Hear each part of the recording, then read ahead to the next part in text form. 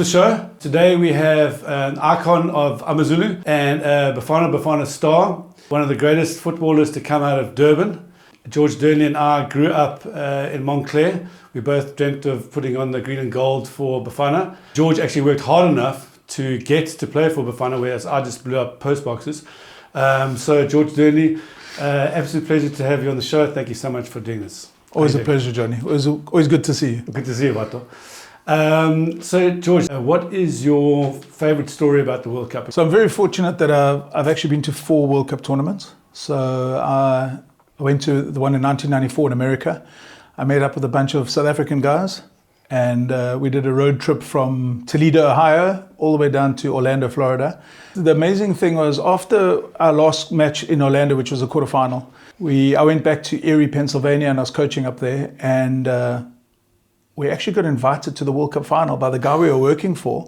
The guy actually, he paid for our flights. We had to get to Cleveland. We got there like lastminute.com, flew to Pittsburgh to LA, couldn't sleep. And the next day we were in Pasadena. Myself, a guy called Troy Bingham, he's still in America. And we watched Brazil versus Italy. And flew back that night. And the next morning I phoned my mom in Durban and I said to her, you'll never believe where I was yesterday, you know. I was at the World Cup final. And she said, what have you been smoking? I was there. You're there. Unbelievable. Brilliant, brilliant. George, take us to your story about your World Cup qualifying for playing for South Africa. So yeah, again, I was studying in America and your dad, he bumped into my parents at a shopping center and he was like, how's George doing? And they said, no, he's doing quite well, whatever. And he said, I'm going to be coaching AmaZulu next year. And then he said, and this was 1991, and he said, next year South Africa going to be readmitted into FIFA. So if he thinks he wants to play pro and he wants to have a go at it, he should come back. I'll be happy to have him at AmaZulu. And when my parents told me that, I literally flew back a week later. I was home before Christmas, 91. So signed for AmaZulu, happened to have a very good season. And then you're playing for Bafana. Like it was surreal, sitting in the dressing room. I only knew the names, you know. I was the only guy from one of the Durban teams in the squad, and looking around, and there's Shoes Michaud, and there's Doctor, and there's Lucas, and there's Neil Tovey, and like I almost wanted to start laughing. Yeah, because you're trying to be a bit serious, you know, trying to have a bit of a game face on. But in my head, I'm thinking I'm in the dressing room with Doctor, Shoes, Lucas, and Neil. You know, it's a joke. So I got called up for the first qualifier, which was away against Nigeria, but I didn't get on the team sheet. But no one told me. So the whole squad got changed. So I was changed. I'm on the bench, you know, and I'm ready to fight for my country. And then I think Bennett Masinga got injured. So I started warming up. And Mark Mopanyani and Calvin Peterson were also on the bench with me, legendary strikers, you know. I started warming up and they're laughing and I'm like angry with them. And I'm like, you know, you guys are not serious. You know, Bennett's injured. One of us is going on. Anyway, I warmed up for about 10 minutes. The Nigerian fans were throwing Nazis at me and calling me Mandela, calling me de Klerk. Hey, de Klerk, hey, de Klerk, free Mandela. And then after about 10 minutes warming up, sweating, Calvin was crying with laughter. And he said, Georgie, none of us are even on the team sheet. I didn't know that. Mark Gleason tells the story that he was behind the goals and he saw me warming up. He looked at the team sheet. He's like, why is he warming up? Maybe it's been a late change. Yeah, but no one told me. So we lost 4-0 that game. And then I made my debut for the following game against Congo. We won. I was unbeaten as a Bafana player. And Chipper scored. We won 1-0. It was brilliant, man. Great. I can remember it like it was yesterday. Amazing, Georgie, amazing. What happened? You only had 2 games, unfortunately. What was one of the reasons? It's 3, John. Okay, 3. Don't take one away from me. I didn't get the okay, you got the 3. You warmed up. So taking one away. Okay, 3 games. I prefer to say I was called up 5 times. 5 times. Didn't play against Nigeria. On the bench against Botswana in a friendly. They only picked me for the big games. Okay. Well, to say you had games for Bafana Bafana. So 3 appearances, 2 wins, 1 draw, no goals conceded. It's a great record. That's a good record. It's a great record. So you could have played more games for Bafana. Let's put it that way. What is one of the reasons that you didn't have many more games for Bafana? Yeah, I was called to my 3rd coach. I mean, I only played 3 games. I had 3 different coaches that selected me, so they couldn't have all been wrong. Augusto Palacios called me we were staying at a training camp called Helderfontein, and he called me to his room one night. And the first thing he says to me is, you know, we want you to come to Kaizer Chiefs. And I couldn't work out, why is the national team coach asking me to go to Kaizer Chiefs? You know, I was playing for AmaZulu. Always thought I should do everything the right way. And I should have kept quiet and just said, let me think about it. But instead I said to him, you know, why are you asking me to go to Chiefs? You're the national team coach. So Yeah, I never got called up again. Terrible But injury, again, the memories of those days in Bafana, they're still strong. And, I'm proud of it. Yeah.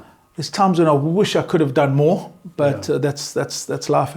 You told me there's a great story about Doc Kamala. I think Doc and somebody else picked you up from the airport when you were playing for Bafana. What was unbelievable.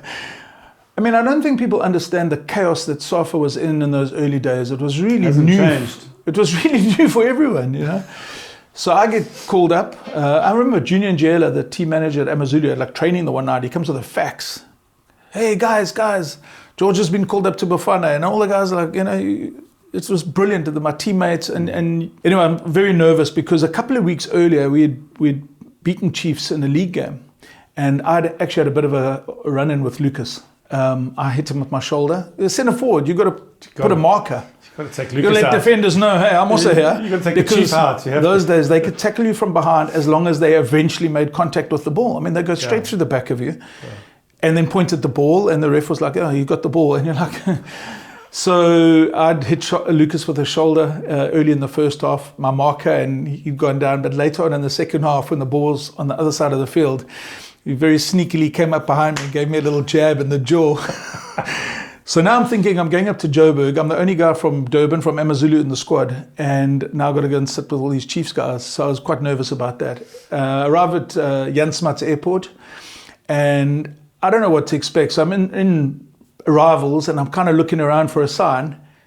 And there's a bit of a mob. And I'm like, geez, they've all come to meet me.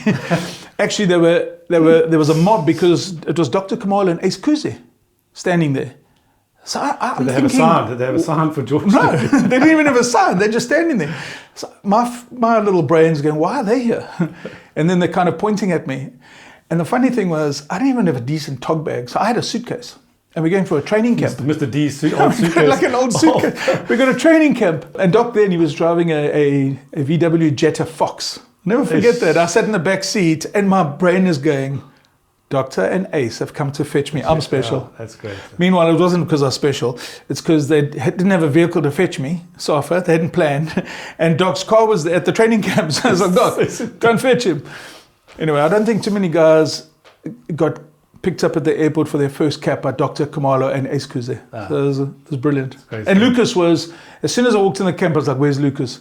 He was one of the first guys, come shake hands, congratulations and welcome to the camp and everything. And that's just the mark of the guy, proper gentleman. Amazing, amazing. You've had a great career, George. Is there possible, I mean, what is a highlight? Is there highlights across your whole career? I think debut for Bafana, the first time you go out there and you're playing for your country. Was this the it's the race infamous first. race first? So I was standing with my hand on my heart. We didn't have the South African flag or anything on our kit.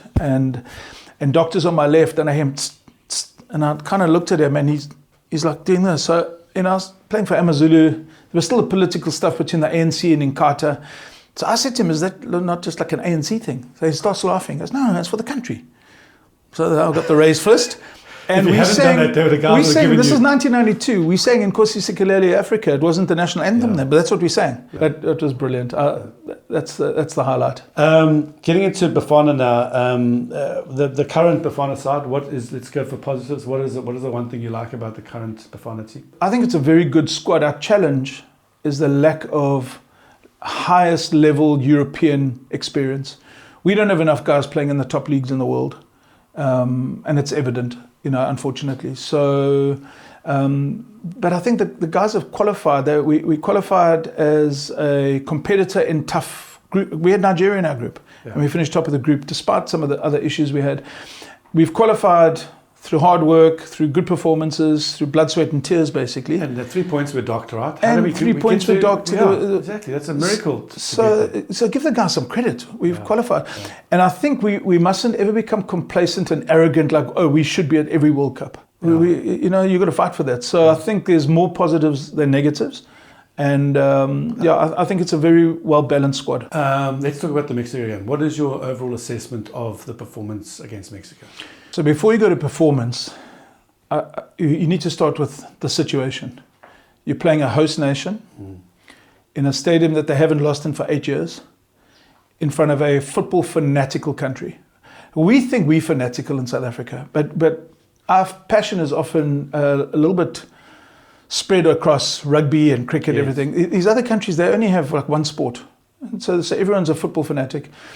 They're ranked 15th in the world or 16th in the world, and it's their opening game. The whole world's watching them, and you can't underestimate that power of a host nation. I mean, I remember how Bafana played against Mexico in the 2010 opening game. I was at that game, and we were fantastic. We should have won. Yeah. Katlego Kompela hit the post in the last minute of the game. We should have beaten Mexico, and they were ranked way ahead of us. Those rankings tell a true story. They're not over one game. They're over many games. Yeah. So I always thought it was going to be incredibly difficult. I'd never thought we could win that game, but I thought we could maybe get a draw. But we needed to have a great performance, and we needed a bit of luck.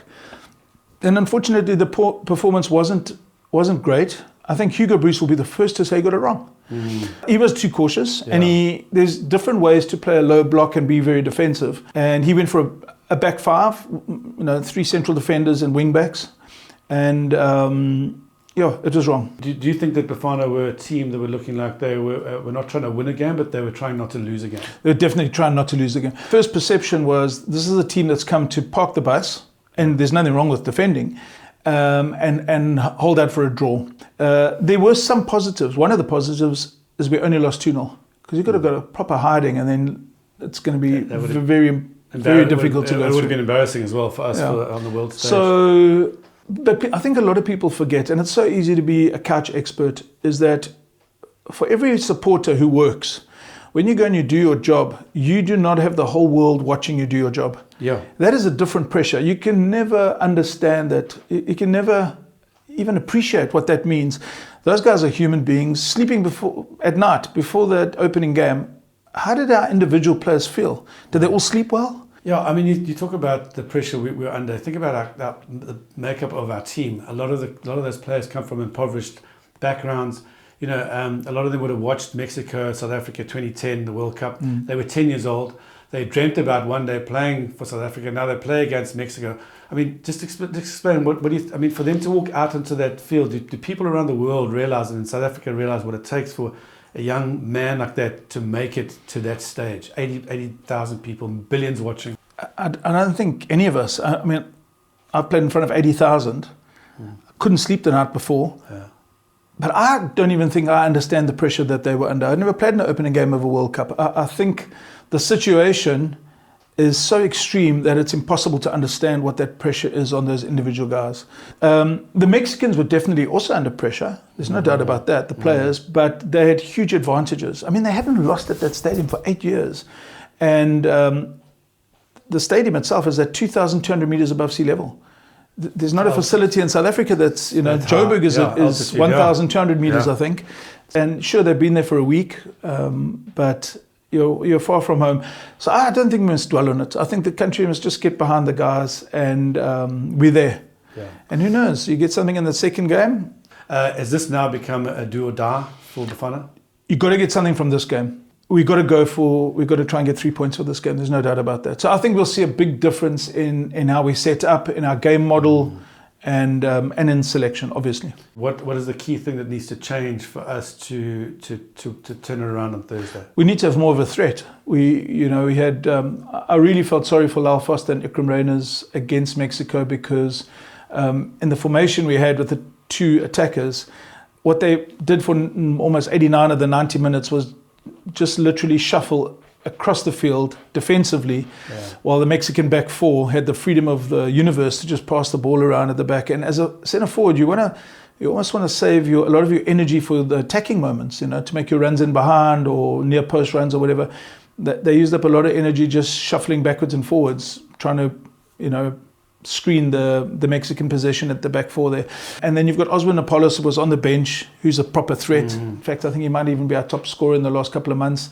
I'd love to see a young Relebogile Mofokeng. Love to see him get on the field. He's a talent, there's no doubt about that. And I think players like that, who are technically gifted and can play our football, almost inspire the players around them. And it's the story goes back to your dad, actually, with the story that is quite a well-known story of Bafana against Germany. Yeah. I mean, the Germans were incredible footballers. They had a great team and everything. And he literally said to Doctor, the first time you can, put it through someone's legs. Yeah.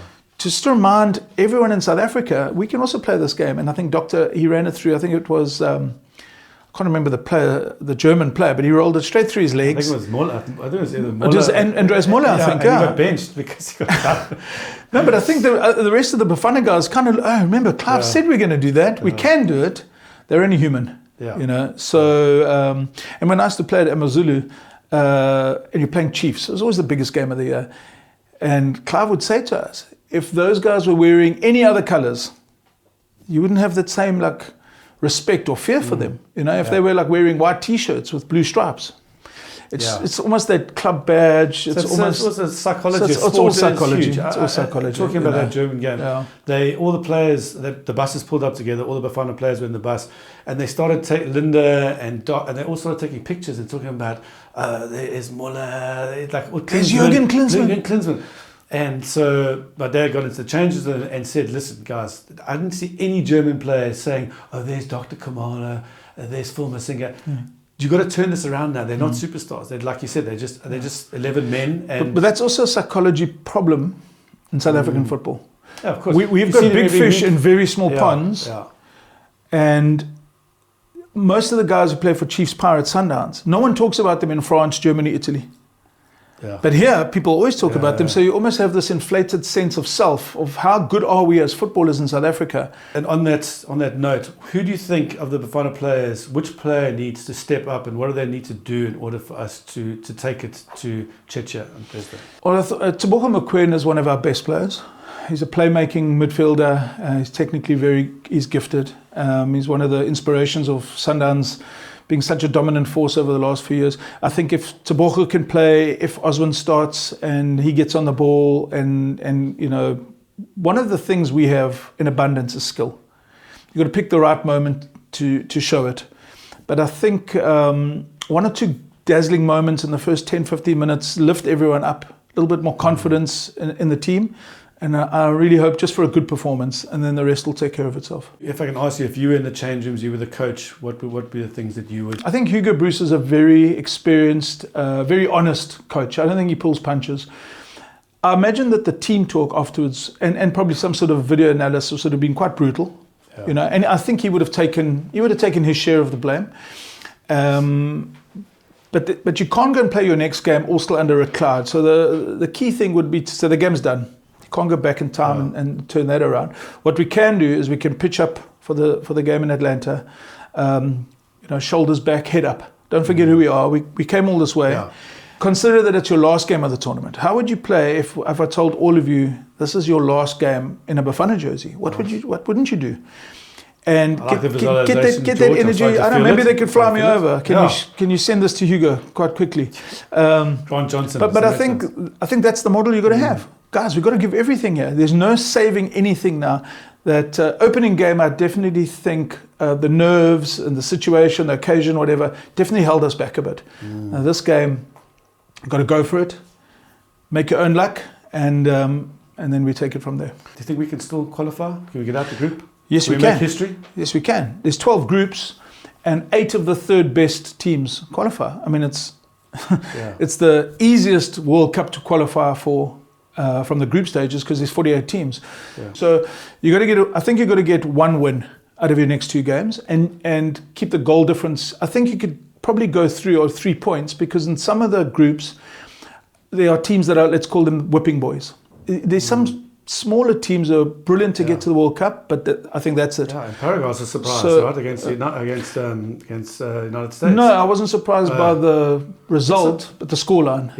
Our result was definitely going to be for the States. The US have, again, the key to their success is the number of players playing in top leagues in Europe, and we have to get players into those leagues. So can I ask you that? Why around the 96 and obviously your generation too, 92 to 94, and after that, you could look at the South African team, the Bafana squad, and there'd be 90% of them were playing in the top leagues in the Premier League. Sometimes there were so many South Africans in the Premier League that'd be playing against each other in a game. So how did that go from that to now very little, like Lyle, Foster? And I think the biggest difference is that in those early 90s, there was no real money in South African football.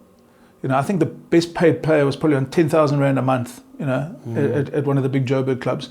And so financially it made sense to get out.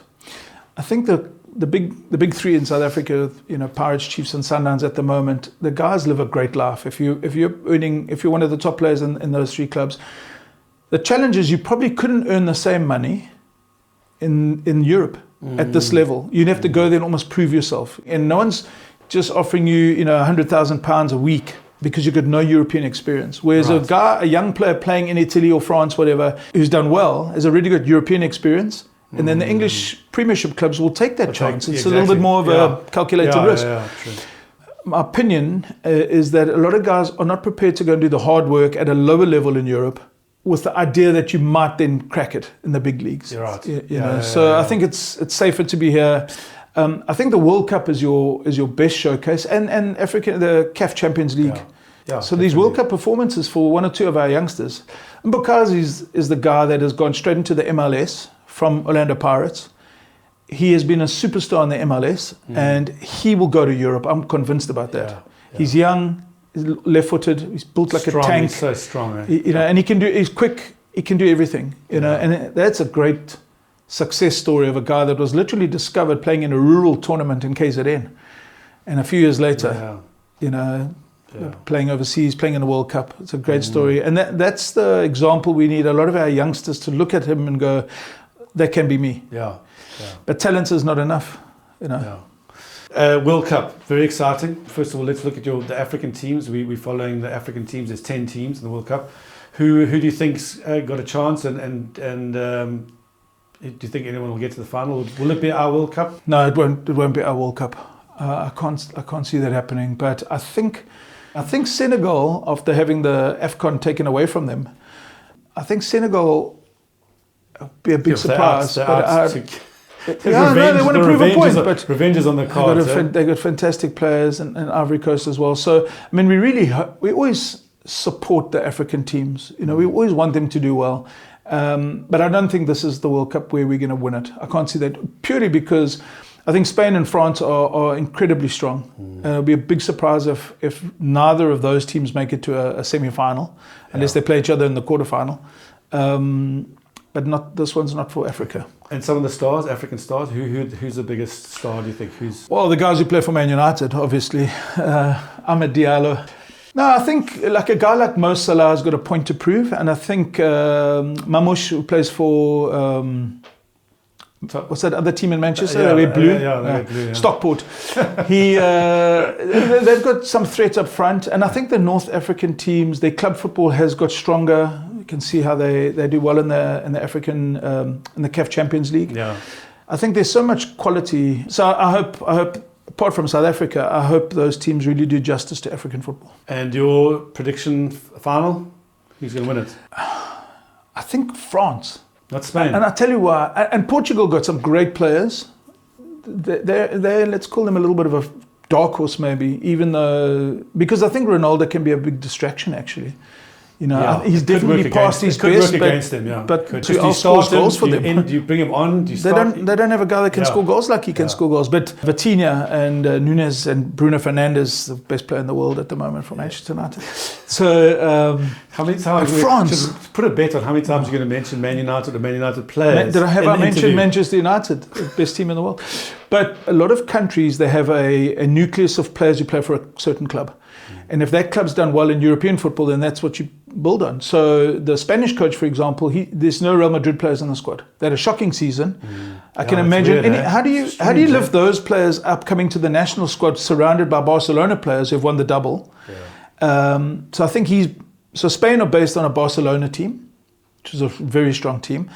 The problem with Germany is that they've got some Bayern Munich teams, but a lot of the best players at Bayern are not German. France, it's on the PSG team.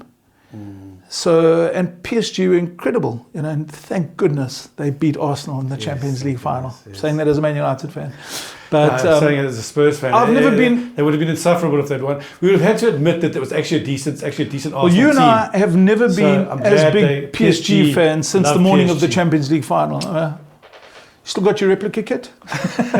So Paris Saint-Germain and Barcelona final, France versus Spain, unless they meet each other somewhere along the line. I think England, there or thereabouts. I just have some question marks about the defense. And then South America, Brazil or Argentina, but not both. One of them will come through. And then final prediction, South Africa, Czechia. Okay, under no illusions, not easy. So we need a bit of luck, we need a great performance. And I think at worst a draw. Remember, they also have to win. But I think we can sneak it. So I'm going to say Bafana 2, Czechia 1. Cool. Come on! Come on, Bafana. Okay, cool, George. Finally, when you see young South Africans wearing the Bafana jersey today, what gives you hope about the future for South African football? There's a lot more school football at the top schools. You know, back in my day, I had interviews at some dodgy schools in Durban, and my question was, do you have football? And it was like, no. Yeah. So I went to a great school called New Forest. For one reason, at that time, they were the reigning Natal school football champions. And in my 3 years in the first team, we got to 2 finals, but we never ever won it. And then the year I left... I've known you for us. The year I left, they won. It's the only school you could get into. The year I left, not only did they win the Natal final, they won the South African final, and my brother was in that team. He's never let me forget that. So I was not even the best player in my own family.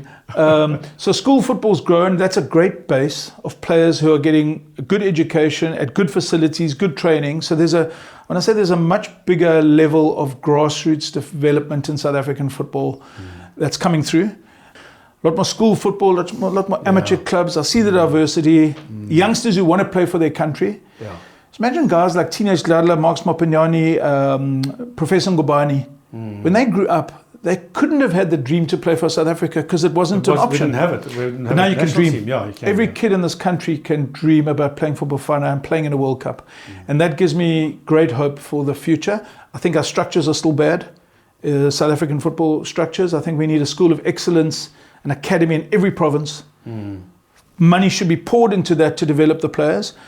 Rugby and cricket are way ahead of us, historically as well, because of the history of the country and that, but there's no reason why we can't catch up quite quickly by being a little bit more professional, better facilities, better training, nutrition, all the sports science, video analysis, because we've got the natural talent. Yeah. And I think every ex-player, I don't know anyone who doesn't want the country to get better and better. Yeah, you know? absolutely. So that's what we've got to aim for.